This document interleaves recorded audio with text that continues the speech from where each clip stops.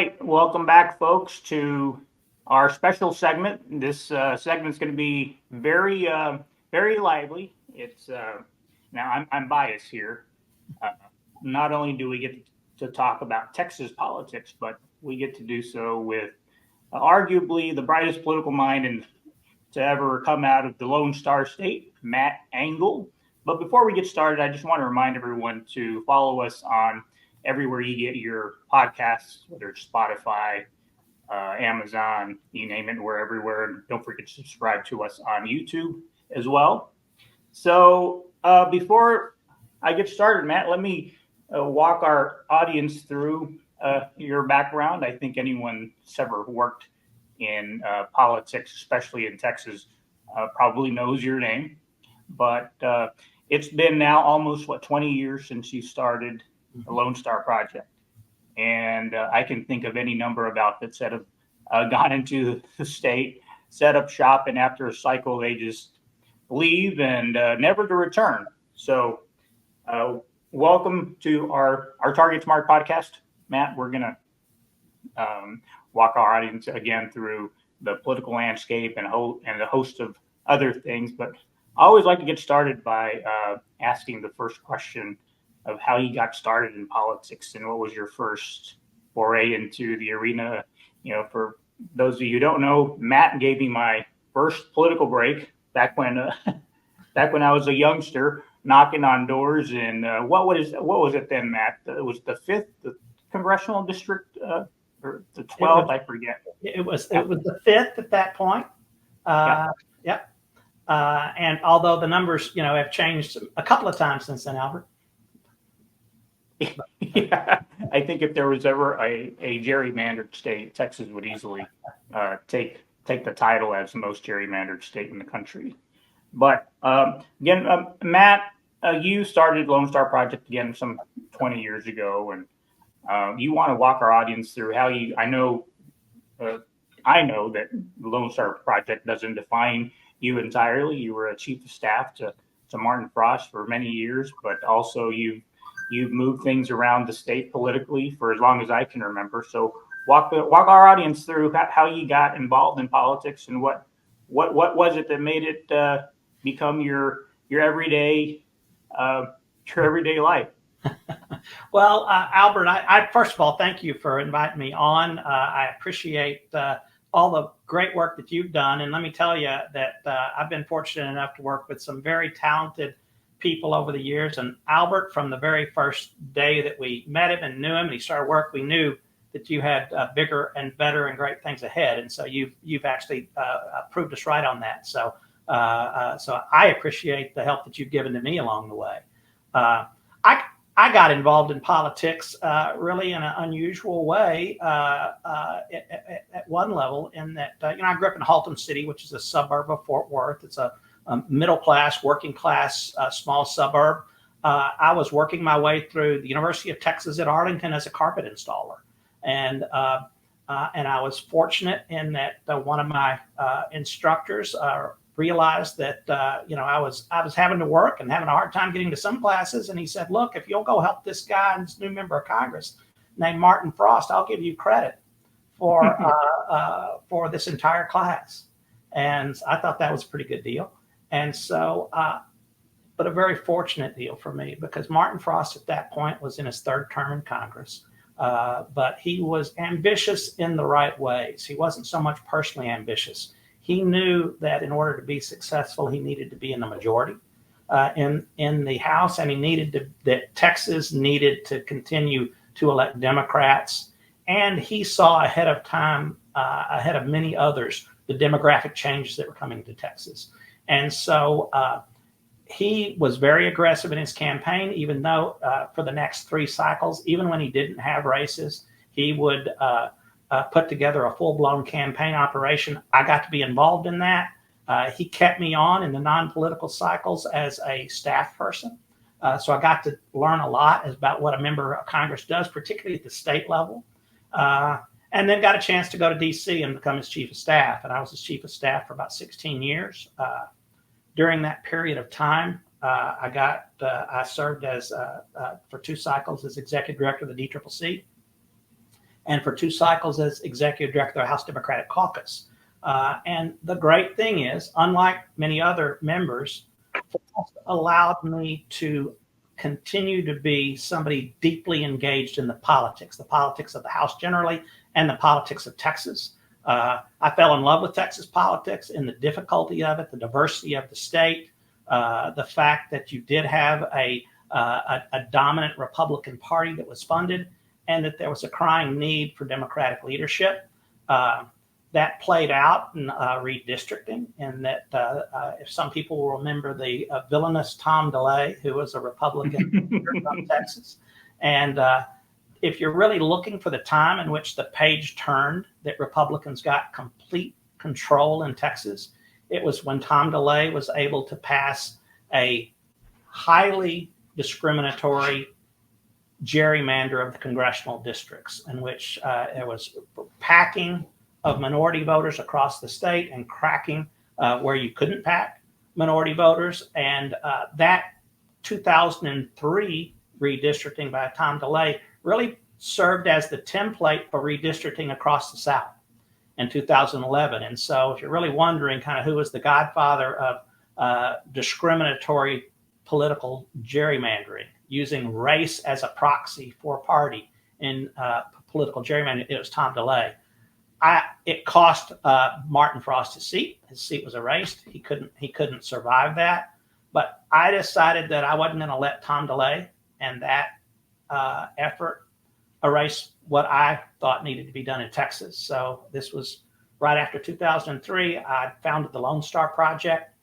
But to be always very pragmatic, to look at the ground as it existed, and try to figure out how to win rather than just how to make an argument. Democrats in Texas, we win a lot of arguments. We win most of the arguments. We just don't win enough races.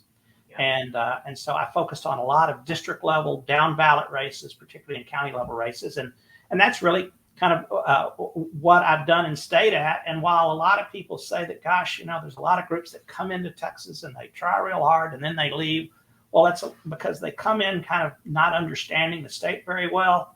They come in there with their eyes bright and thinking that they're going to register 500,000 people and turn out 250,000 of them. And they don't realize that in Texas, that's about $100 million project. And so when they realize they can't do it with the 5 million they bring in, they leave. What I've tried to do is be very pragmatic and look at places where the counties are available to us, and where state house and state senate districts evolved and change over the decade, and we can win them with the idea of winning races, not getting involved in races that are tilting at windmills, but to run the races that can be pragmatically run. And during it all, continue to deliver a message that one-party Republican control in Texas has failed. It's failed the state. And that mainstream fair-minded voters, whatever they think of as their party, don't have to accept it. So that's more of a long-winded answer than maybe you wanted, Albert. But it's really, getting up and getting into the fight in Texas is really, really hard, but it's really, really important, and it's what drives me still. Yeah, well, luckily for you, I think it's starting to get a little bit, or at least relatively, less expensive to play in Texas, given all the advantages that we now have over digital and how we can, make our ad buys more targeted, and to your point, be more pragmatic about it. Do you see, I have to believe that, and this is just following trends, anybody can go online and look at the races for president, and look at how Joe Biden got within 3.5 points in 2020. No one has gotten that close. Right? I went back and checked since Jimmy Carter, actually, when he got elected in '76. So it's been a minute, been a while. We have competitive Senate race, right? No one can argue that that race is not competitive. In a presidential year, what are your thoughts? What would you be looking for as we close in on the final stretch, looking at Texas, and what would give you reason to call up Julie Chavez over at the Harris campaign and say, hey, dump your money in Houston right now on the turnout operation. We can win this thing. Let me tell you what three dynamics are going on in Texas. And the question is, will they reach critical mass in this election? Mm-hmm. One is the urbanization of the state. The population has exploded in Texas. It's got 30 million people in it. And that growth is all concentrated in the big urban areas. In the Houston, Harris County area, Harris County alone has 4.7 million people in it. If it were a state, it would be bigger than 24 other states. Similarly, the Dallas-Fort Worth area, Dallas and Tarrant County, which is where the cities of Dallas and Fort Worth are, they also together are a little over 4.7 million people. And then you've got Austin and San Antonio. All of those places just have exploded with growth. And that growth has been driven by three parts of the population: huge increases in the Latino population, significant increase in the Black population. Texas has more Black residents than any state in the country, even though it makes up about 13% of the citizen age vote population in terms of raw numbers. It's more than any other place. And then also the Anglo growth in those urban areas is more fair-minded, more reasonable, not people who are just culturally automatically Republican. And so the question is whether or not that demographic will start to play out even more in politics. Ted Cruz saved himself in 2018 by getting a disproportionate turnout in the rural parts of Texas. And while Beto ran an aggressive campaign, he really didn't have as much organization as people think in the urban areas. I think that Colin Allred and others are doing a little bit better job of that. So you've got that going on. Colin Allred is running a smarter campaign, frankly, from the standpoint of not being as ideological.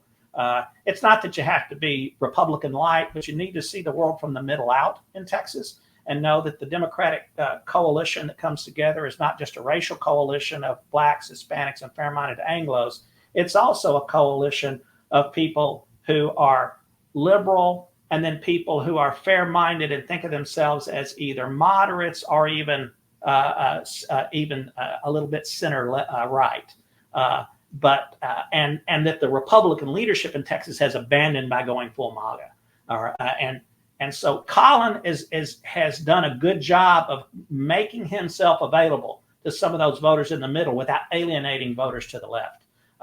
And then the final dynamic is pure mechanics on the ground and whether we can get enough real activity on the ground in Texas that is partisan.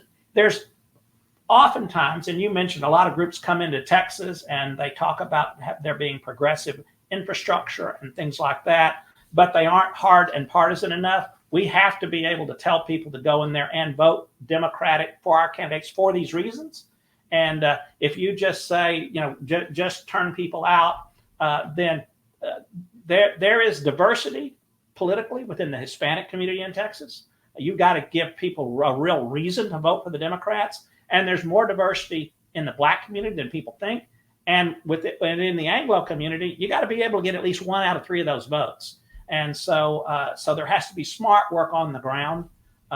If you're looking at Texas this time on election day, I'd look at 2 places. First, I'd look at Harris County. In Harris County, if the county-wides of Colin Allred is around 59% of the vote, that's kind of Harris pulling its weight as to what it needs to do for him to win statewide. And then I'd look at Tarrant County, where Fort Worth is.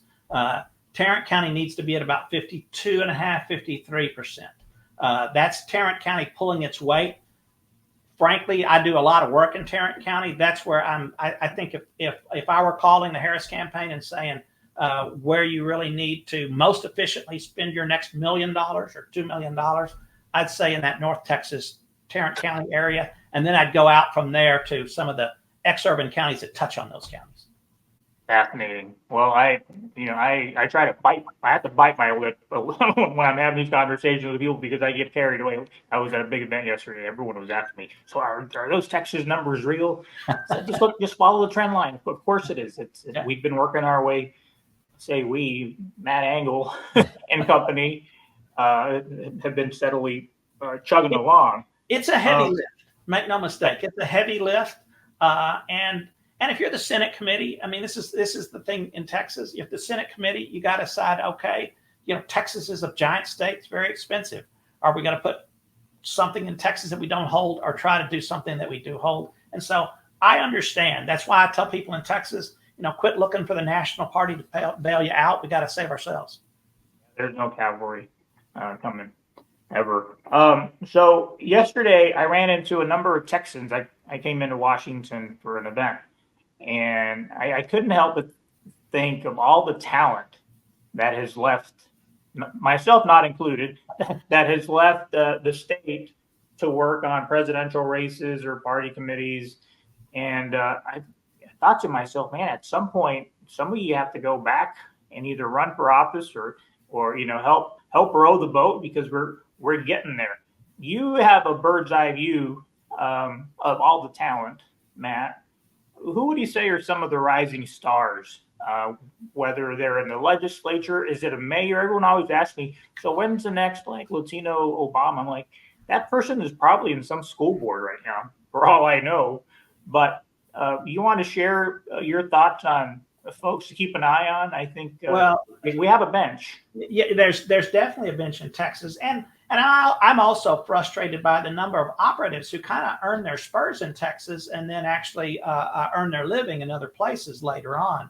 And but part of that is, again, the kind of this misunderstanding a lot of times of people. They want to come in and they want to fund infrastructure. Well, a lot of times that the people that they train end up leaving and not being infrastructure. So the key in Texas is actually win races and have office holders. That's how you build real infrastructure, is to hold office.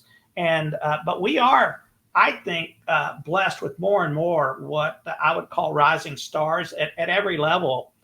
Within the congressional delegation, Lizzie Fletcher, member of Congress in the Houston area, she right now, she could have run for the Senate as well as Colin. Absolutely somebody who's capable of running and winning statewide. There's also a couple of county officials in the Harris County. The guy that was the city comptroller is a young guy named Chris Hollins, extraordinarily talented with real potential. Another young African-American who is the county attorney in Harris County, a young guy named Chris Hollins, also very good. And then looking at the congressional delegation, also, you've got Veronica Escobar out of El Paso. I like her. Absolutely talented and capable, and would be an extraordinary statewide candidate. You've got some others that may or may not see their future as running statewide, but I think could emerge as real leaders within the congressional delegation.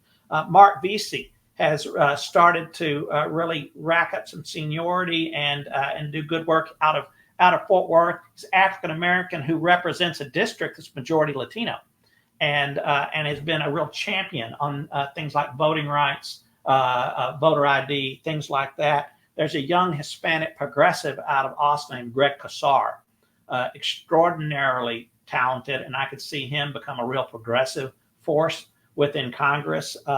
Jasmine Crockett, African-American woman out of Dallas, who has become just an outstanding spokesperson for Democrats nationally. And I assume as she gets a little bit more seniority, she'll become more of an organizational politician, but nobody's delivering message more effectively than she is. And then there's a newcomer to the congressional delegation, the woman that's going to take Colin Allred's place in Congress, a woman named Julie Johnson, who's an LGBTQ candidate and who is smart as can be and tough as shoe leather. And so that's somebody that I see. And I could go on from there. There's some state house members. Gina Hinojosa, who is in Austin, young Latina who I could see if Lloyd Doggett leaves Congress, I could see her take his place. Another person who could run for that seat is a young progressive named James Tallarico, who is an evangelical Christian and does such a great job of talking about Christian values from a democratic perspective. And then there's another person who he wouldn't like me calling him a rising star because he's almost as old as I am, but he's somebody that I could see if Henry Cuellar there on the border, if he ends up for whatever reason not being in Congress, whether it's ethics or other things, as a state representative named Richard Pena Raymond, who I think if he got himself elected to Congress, he would be effective and a leader from day one. Yeah, I haven't talked to Richard in, gosh, probably 20 years now. Come to think of it, maybe this is my cue to call him. So switching gears here a little bit, Matt, we've been at TargetSmart been following all of the latest voter registration trends. It's been extraordinary, to put it mildly. Some of these shifts that we're seeing amongst women, young women, especially Black and Latinas, women, they are just I often say this to folks.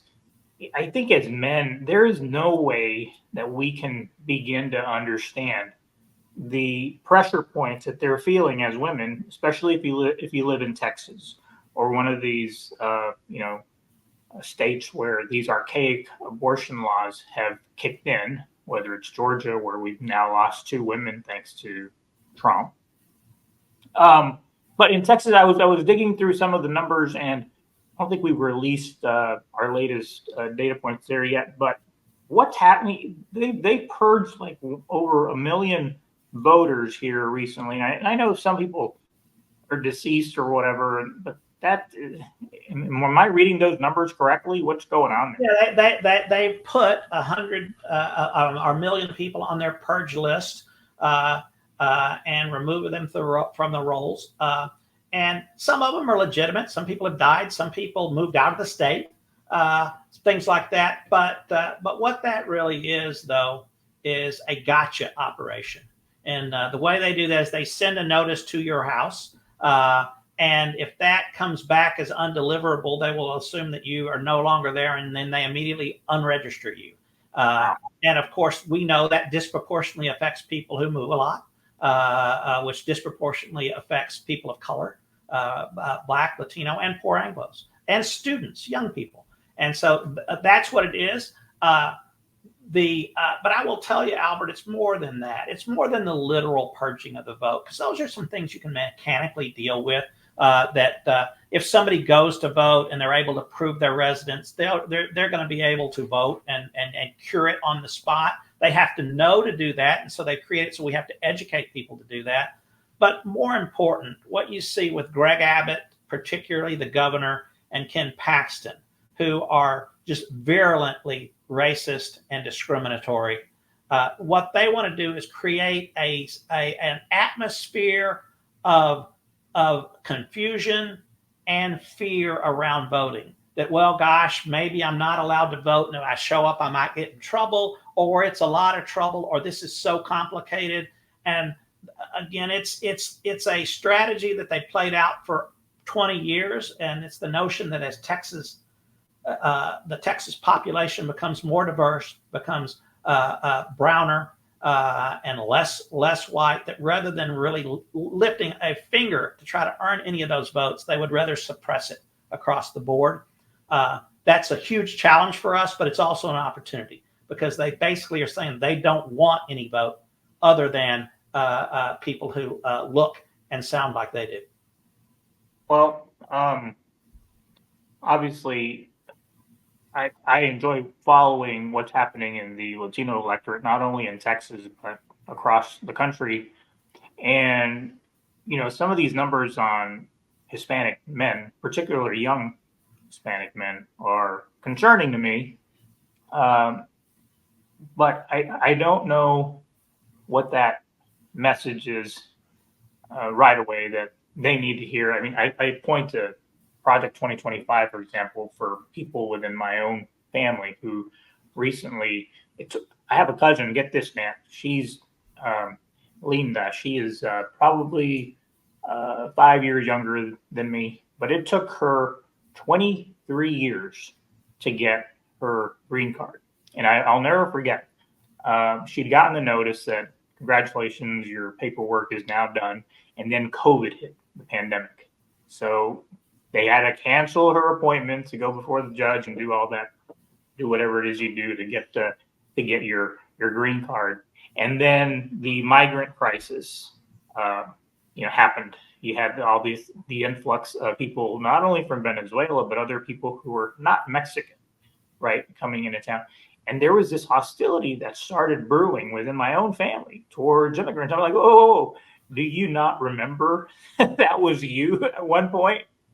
But it's taken me actually digging through Project 2025 to find that part where I think it's Stephen Miller is promoting again on Twitter that they have a denaturalization plan in the works that they started, but they're going to use his words, put it into overdrive or something in a second Trump term. But do you see that message penetrating anywhere in Texas? Is that anyone using it? It is not penetrating. There is an awareness of it, and let me tell you, there's an audience for that, Albert. We did some polling in Harris County and in Tarrant County, and there is softness. There's no question. There's softness among Latino men, particularly those who have been in the country for a while. There's some things that are just kind of regular that you would expect, and that is that they're aspirational. They don't necessarily want to be talked to as poor people and as people who are struggling. They want to be talked to about people who are looking for opportunity and people who are succeeding in taking care of their family. So I think we need to take care of that. But there is also a sense that they kind of, other people are getting it easier who came in after them. And that resentment. And I think in Texas, you got two things. You've got kind of a desire to assimilate just generally, and that you've got this desire to assimilate as a Texan and to really become a Texan. And so I think we really need to talk to just the aggressive and just hostile attitude of state leadership and Project 25 to, and when we say denaturalize, basically, if your parents weren't citizens, you're not a citizen, no matter whether you were born there. That point of view is anti-American, anti-Texan, and it is just a direct threat to people who right now don't realize what a danger a Republican vote is. It goes to a resource problem that we always have in Texas, is that what's the best use of the next available dollar? And is that best use to go and shore up that vote? I definitely think it is in places where we are competitive or that we absolutely have to hit margins along the border and in these urban areas. So along those lines, Matt, but you mentioned the various media markets. I think our audience would be shocked to learn at the number of media markets that we have. I started counting them the other day. You got Dallas, Fort Worth, you got Houston, Austin, San Antonio, El Paso, which, that can be New Mexico too, for all I know. But can you enlighten us? You've got 12 media markets that would be seen as significant, and most states have one or two. And of course, between Dallas and Houston, each of those media markets rival Los Angeles in terms of the cost of political communication. And it gets to what I tell people, that it's not that national political operatives are stupid or that they can't see what's going on in Texas. They also that they can do the math and they know what it costs. And so we have to be realistic about that. And that's why I always try to make sure that our efforts are the size to be in the fight we're in. That's why to fight at a county level or do those types of things. Now, this is a year in which I think a statewide race in Texas is justified. We can't talk about Texas without talking about Greg Abbott and his obsession with school vouchers. And I don't know about Texas, Matt, but the average cost of private education, at least where I live, is about $35,000 a year per student. Now, these vouchers that Abbott wants to give out are what, under 10,000? That really, it's not right now. 8,000. 8,000. But who does that benefit? Well, it benefits Greg Abbott and his friends. Greg Abbott's been governor of Texas for 10 years. Before then, he spent over 10 years as Attorney General of Texas. He never really cared that much about vouchers. He cares now because he's got one donor out of Pennsylvania who's basically a corporate private school entrepreneur who became a billionaire who gave him $10 million. There are a couple of West Texas oil billionaires who fund operations in the millions and millions of dollars. So it's not very complicated, and you have to remember that with Greg Abbott. It's kind of his genius in that he is very straightforward, harshly partisan, and he's everything is a transaction, and they're hell bent to ram vouchers down Texans' throats. The downside is that it is a horrible blow to public schools in Texas if they do it. The upside is, though, that it is not something that the majority of Texans want. And so it's on us to get a political result as a result of this just attack on Texas public education. Yeah, I mean, I see the reports coming out of Arizona where they now have a $1.5 billion budget deficit as a result of these school vouchers that they introduce. And it's happening in other states. I imagine Iowa's not far behind, but anywhere where these vouchers have become, I guess, the norm, a year or two later, it's like their states going broke again. Well, I have a prediction too, Albert, in that if they land on 8,000 as the amount, or let's say they go to 10,000 as the amount, as you said, that's less than a third of what it really costs to get a good public education. I think you're going to see springing up around Texas is a bunch of private schools that suddenly just magically have $8,000 a year tuitions or $10,000 a year tuitions, which will be subpar. They're going to drain entirely out of regular public schools, making them worse. But then you're going to have a whole generation of Texans who are getting subpar educations and so being taught by basically 7-Eleven corner store schools. Yeah, I don't think those schools are going to pop up in the north side of Fort Worth either.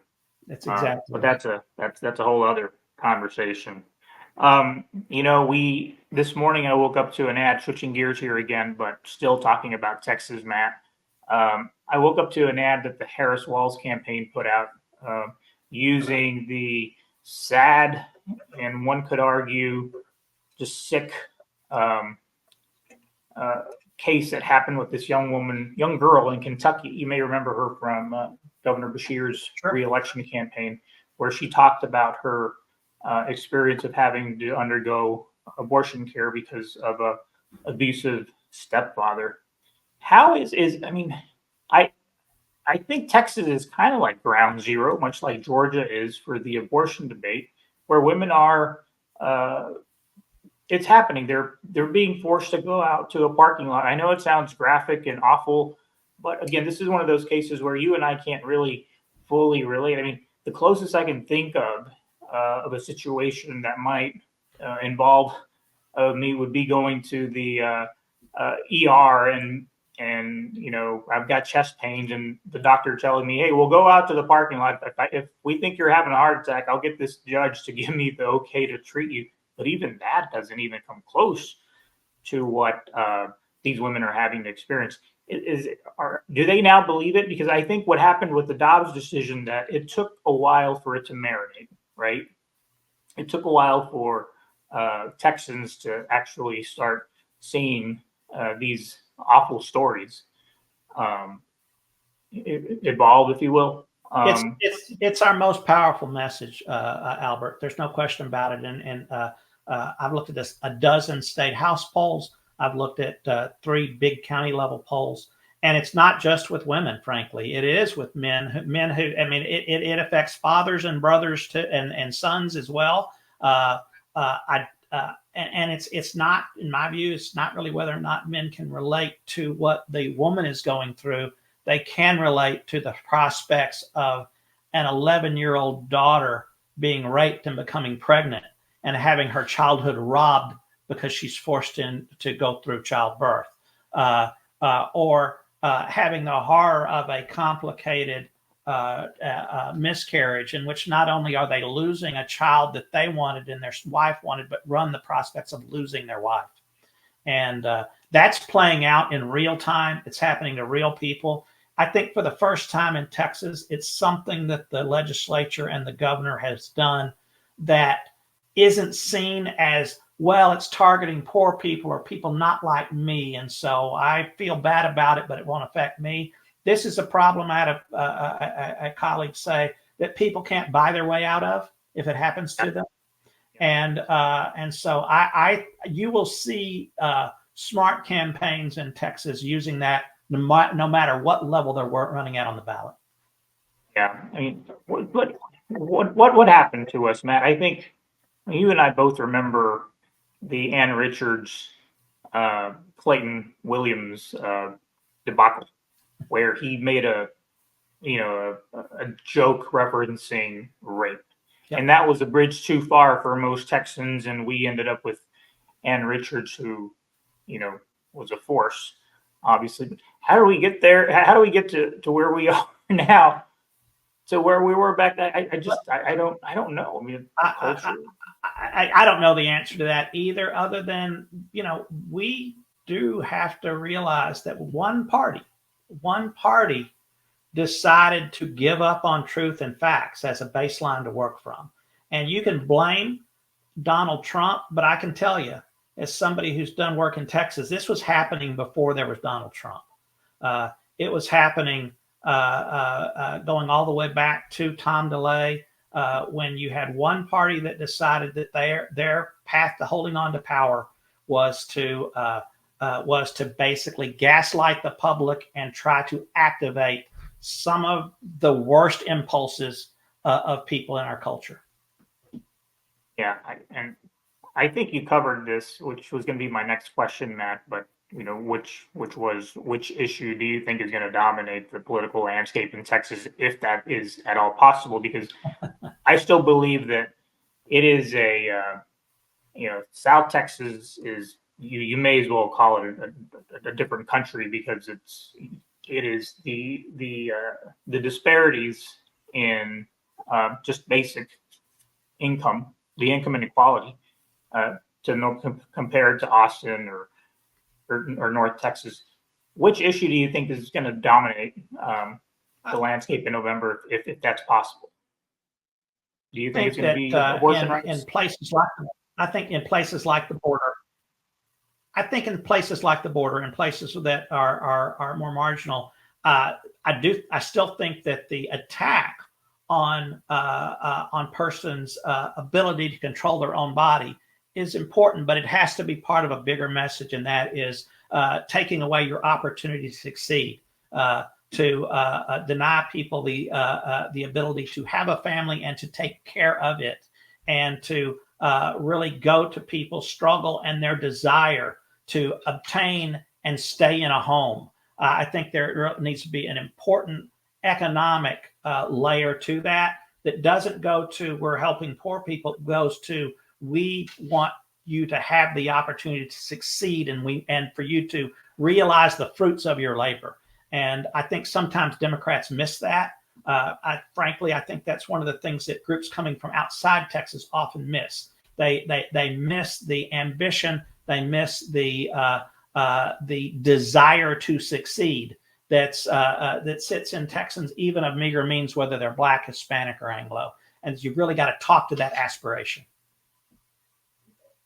I'm going to switch gears a little bit here, because I don't like the winters up here in the Northeast, especially around January, February. And, I live on a farm, and I don't have a choice but to get up and sometimes break ice. But that pales in comparison to what Texans experienced a couple of years ago, when you guys had that massive power outage and people were throwing furniture into their fireplaces to keep the house warm. Do you think that enough voters still remember Ted Cruz hopping on a plane to Cancun? I know there's some political ads out there aimed at him, but what's your sense on that? Oh, I don't think there's any power grid is still kind of shaky. If you ask people one thing about Ted Cruz, that's what they're going to say. Is he the guy who went to Cancun? Is he the guy who bailed out during the winter storm? And it really throws into relief his character and really his effectiveness, in that I mean, Ted Cruz has been in the Senate now since 2012, and no Texan can point to a single thing he's done for them. And Ted Cruz, as he's extraordinary in some levels, in that he's probably the least liked successful politician I've ever been around. That's a pretty good way of putting it. I mentioned that poll in Tarrant County. In the head-to-head, Colin Allred was just a point up on Cruz, but that's good. He was a point up. But Collins, his positive to negative was 20 points to the positive. Ted's positive to negative was 40 points to the negative. Good grief. And so it tells you that the power of partisanship, but it also shows a real weakness and vulnerability, because Ted Cruz, you can't scrub the stink off that skunk. People don't like him. They're not going to start liking him. And that's why I think you're going to see, it's already started. He will go slash and burn negative. You won't see a positive communication from Ted Cruz about Colin Allred from now through the end, be my guess. Now, speaking of villains, and I know we got to wrap up soon, but we can't not talk about Ken Paxton and the stuff that I've been reading about him and his wife here recently, especially that Texas Observer piece that I'm halfway through. It's like a crime novel.